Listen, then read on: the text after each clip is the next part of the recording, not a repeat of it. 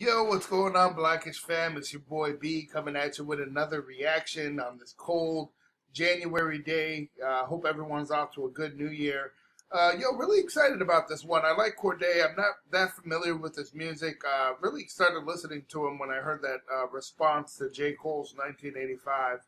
And I was like, all right, bro, this dude, his flow is sick. Um, I don't know what to expect with this freestyle, but I believe this is over a Kendrick Lamar beat. But really excited about him. As you know, with this channel, we like not just finding new music and doing reactions, but going over things that bring something positive to the table, bring something good to the community, whether it be, sometimes it might just be as simple as new music or a message someone wants to hear. Sometimes it could be spoken word or even a book verse. Really excited for what this kid has to offer to the game.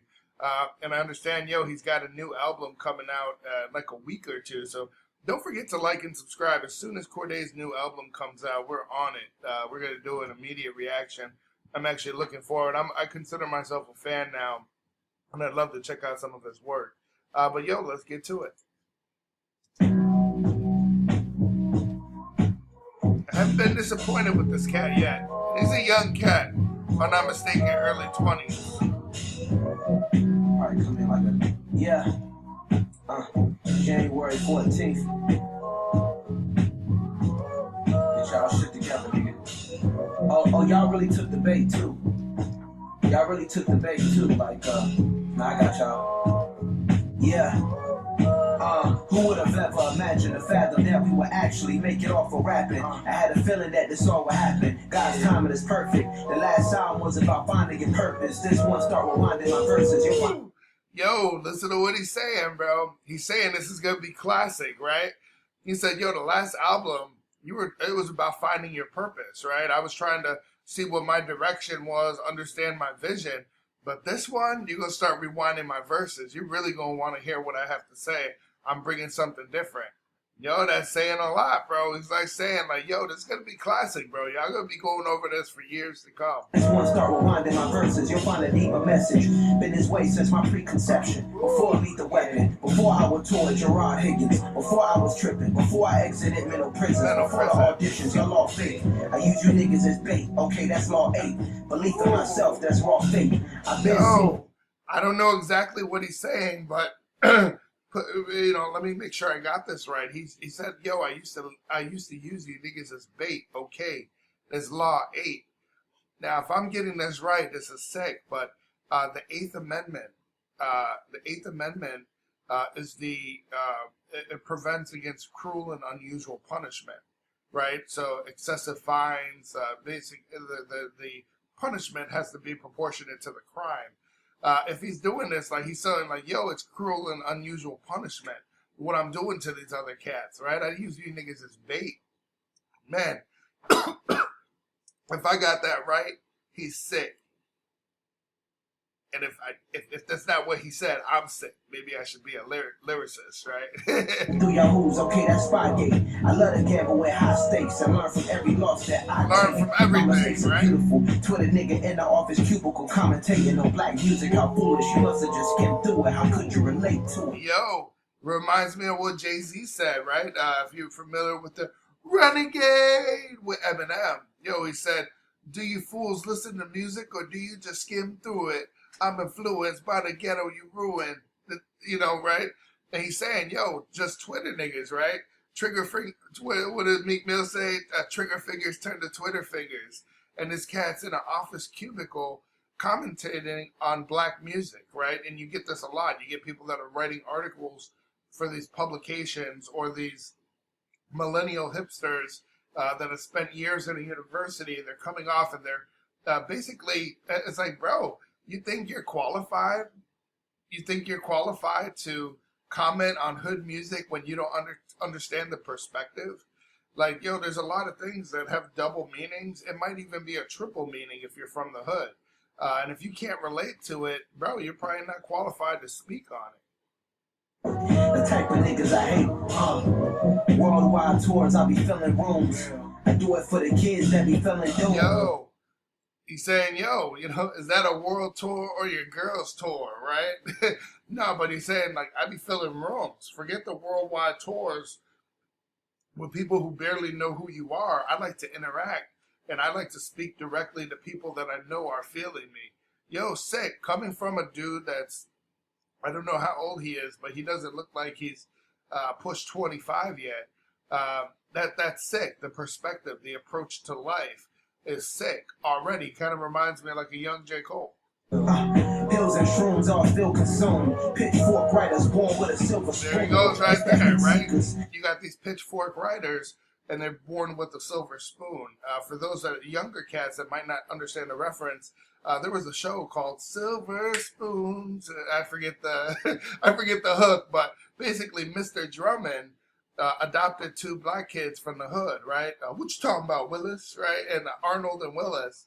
And the silver spoon is somebody who is privileged, right?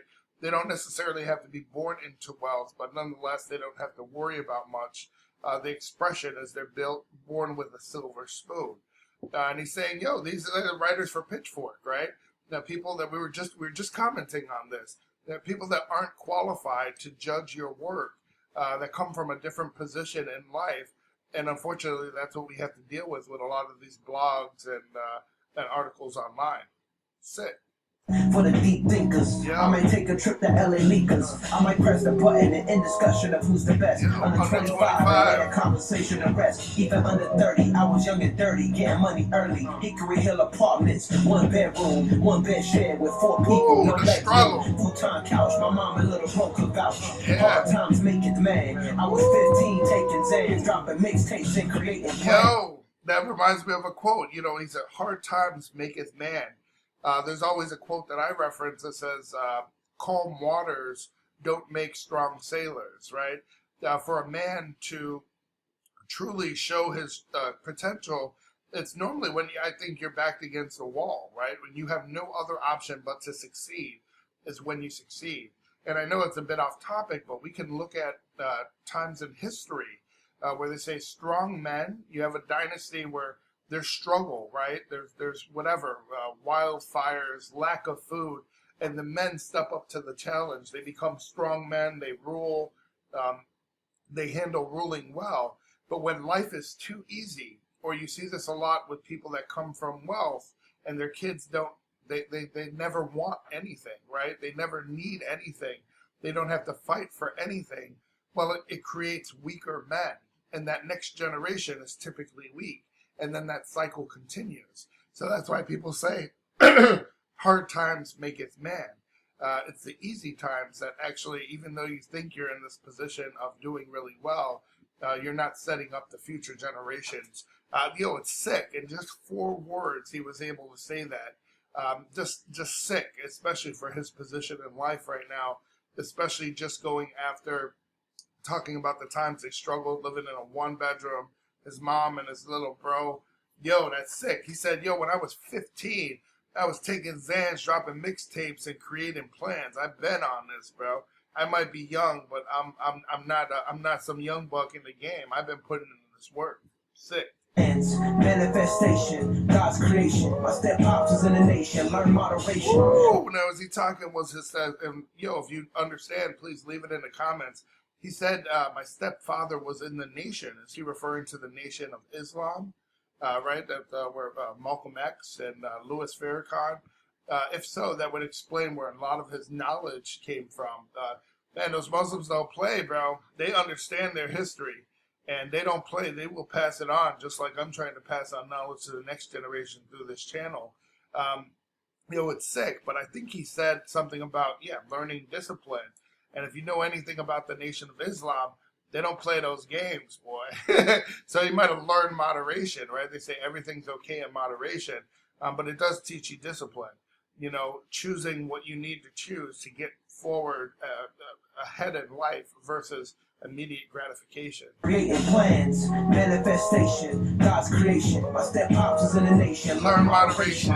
Learn discipline. No Christmas gift. Yo. Like fuck St. Nicholas. My flow ridiculous. Yo, right? You in the hood. The Christmas ain't the same. He said, what did he say right there? He said, learn discipline. No Christmas gift. Who was like, fuck St. Nicholas. Shout out to all the moms, all the families that know what it's like to truly struggle over Christmas.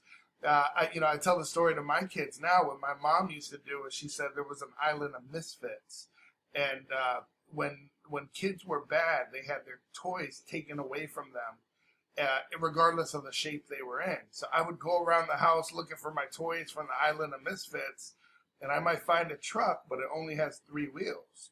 Or I might find a toy fire truck, but the ladder's broken off. And this was from the island of misfits. And later, I realized what that truly was. It was my mom not being able to afford Christmas presents. So she went to thrift shops and bought us what we need and created a whole story around it. So, Christmas is very different. Could be in the hood. It's my flow ridiculous. Time is limited upon this earth. Before the death and after the birth. From a bird's eye view, my third eye blue. For sure I knew I was destined to do this shit. January 14th coming sooner than expected. My mind is hectic. Thoughts eclectic. Times I felt disrespected by the genre I love. Felt disrespected by the genre I love. That's hip hop. Why?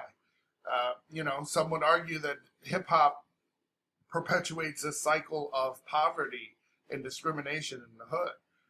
I don't know if that's exactly what he's saying. He could have been disrespected from people talking about his music, right? He's not as lyrical, or he doesn't look the part, or but he felt disrespected by hip hop, and we've heard that quite a bit from different artists. Fuck you niggas, only God can judge. January 14th from a bird's eye view. I reinsure what you already knew. He's saying it's gonna be classic, bro. Okay. Beat switch up? What's this? Okay, cool. This is for back in the days before the accolades packing the stage. This fame shit was a slap in the face. Couldn't fathom people I idolized. Rapping was fake. Imagine. Whoa, bro. Listen to what he's saying, bro. Back in the day, before the accolades, right? Before all the trophies and people calling him out for top under 30 or whatever it was, before packing the stage, right? He said this fame shit was a slap in the face. It's hard to make moves, and he's a young kid too, trying to figure out life. Now he's trying to figure out life while famous. He's saying couldn't fathom, but I couldn't think of people I idolize rapping. The way they were rapping was fake. And for those of you that don't know, there's a lot of misconceptions in hip hop.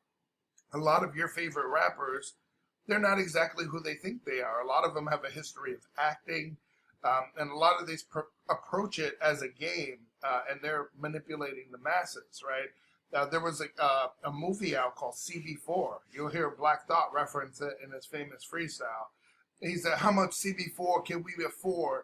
Too much hypocrisy. How much hypocrisy could we possibly endure?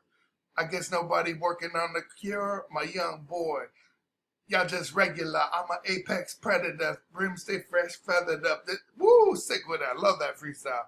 But the reference to CB4 is a movie with Chris Rock in it. And Chris Rock was out trying to be a rapper, and he wasn't making any moves. Why? Because he wasn't a thug. He didn't have the appearance of someone that had street credibility. So what he did was he took this neighborhood drug dealer that had a name for himself, and he started using that as his music name. All of a sudden, people were flocking to him. It was the same music, but now that he had this street credibility, people were like, yeah, I want to hear CB4.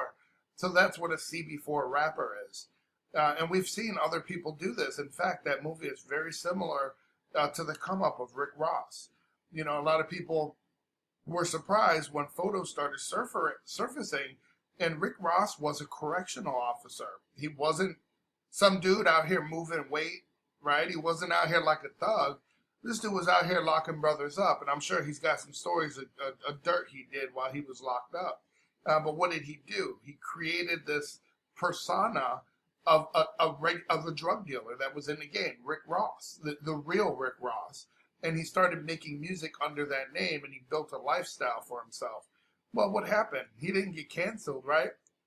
How much CB4 can we afford? People are still rocking his stuff, and he's built this image that people just accept as the truth when it's really fake as hell. And he's made a living capitalizing on other people that he's locked up. You know what I'm saying? That's fake. And he's like, yo, some of the people you idolize are fake. And yo, when you meet a lot of these people, I bet you they're only 5'3", right? That's what I always hear people say. Yo, man, I met DMX. Man, that brother was 5'5". I thought this man was 6'4" or something. Was a slap in the face, couldn't fathom people. I idolized rapping was fake. Imagine the weight we carry from having information that could bury. Yeah. I'd rather not say, continue to give you the real from inaccurate plays. They kill niggas just for speaking the truth. I hypothermic niggas to heal from all this fucking heat in the booth. No, instead of sick with it. I labored for a work man is worthy of his hire. I'm only inspired by legacy and earthly desires. Yo, listen, the flow is sick. Shallow but far from nervous. I get a dopamine spike for every car I purchase. Your dopamine levels go up based on how happy you are. He said, I get a dopamine spike for every car I purchase. Y'all might get a dopamine spike by taking drugs or trying to get on your own wave, but I get, I'm buying whips, right? I'm next level with it. What is the truth, my nigga? We all are searching. Yeah. 114, the album is soon to come. My future set in stone, my peers are if you're a fan of hip hop, this has to have you excited. This cat is like a young, I wouldn't go as far to say Nas, but he's like a young J. Cole, right? He knows what he's talking about. He's intelligent. His wordplay is sick. The beat is tight. This boy can definitely rhyme. This got me excited for hip hop. I'm really excited. Don't forget to like and subscribe. We're going to check out this album in full. None ever. Straight up off the lyrics, clear on tier 1. Your favorite artist catalog just tears my eardrum. Please stop the comparisons. God, it's embarrassing. Straight out of Maryland. It's not a sprint, it's a marathon. My nigga can't. He said it's tortoise in the hair, right? Y'all jumping on waves, trying to get hot, and you think you're winning, right? But no, it's not a sprint. This isn't a 100-meter sprint, a quick dash to the finish line. It's a marathon. And if you guys don't remember the tortoise in the hair, which way did he go? Which way did he go? They show the tortoise always as some, and I don't think he's saying that, but he's saying like, you burning all you're wasting all your energy for this quick burst. But I'm just, set in my position. Everybody knows my lane. And I'm gonna make it to the finish line, and he's probably got a long career ahead of him in the rap game. And I don't think he's, but he's just still slow and steady wins the race, is the quote. Told me it's time to take over. A nigga Ian Styles and drives a Range Rover. But fuck that, right back to it. It's the hijack music. Your style will common in Iraq shootings. A nigga don't want war with me. You not that stupid. Black Air Forces, my energy. Attack their sources. Trying to diss the whole rap game and fill it with corpses. Shout out my nigga 3 in currency. Still in New Orleans. I can see a war is coming. This feeling's enormous. It's time to kill these niggas, man. Let's go, my catalog's flawless. Your last album's garbage. Competition shooting themselves happens too often. My only regret was I couldn't dig up your coffin from a bird's eye view. I reassured what you already knew. 1, 2, 3, 4, 5. I'm the best rapper under 25. And this ain't saying much, it's no surprise. But they don't give you your flowers till you die. Fuck your first week sales predictions and your failed conviction. Free my nigga Meccan symbol up in the prison. Listen to what he's saying, man. They don't give you your flowers till you die, right? We hear a lot of people saying, they're like, man, Jay, we should have worshipped this man. He was a godsend, but people don't say it, right, until you die. Or look at Tupac and Biggie. Everybody criticizing their lyrics, criticizing their flow until they die. And they're the greatest of all time. Tupac was fighting that fight. Oh, yeah? I hear you didn't like All Eyes on Me. You were criticizing the man, right? He said, give me my flowers while I'm here. January 14th, new album coming soon. Till you die. Fuck your first week sales predictions and your failed conviction. Free my nigga Meccan symbol up in the prison. And rest assured soon, all of my niggas is winning. This is just the beginning. Motherfucker, I'm coming. I'm coming, bro. You don't gotta do nothing. Just sit where you are. I'm gonna come to you with this. Get y'all fucking shit together, man. Garbage ass nigga. Stop fucking. You can tell. Say less and do more. You can tell this cat's got a lot on his mind. I'm excited for it. I'm excited for hip hop. Hip hop should be excited for this album because it shows the next generation. I'm excited to see what he brings to the table.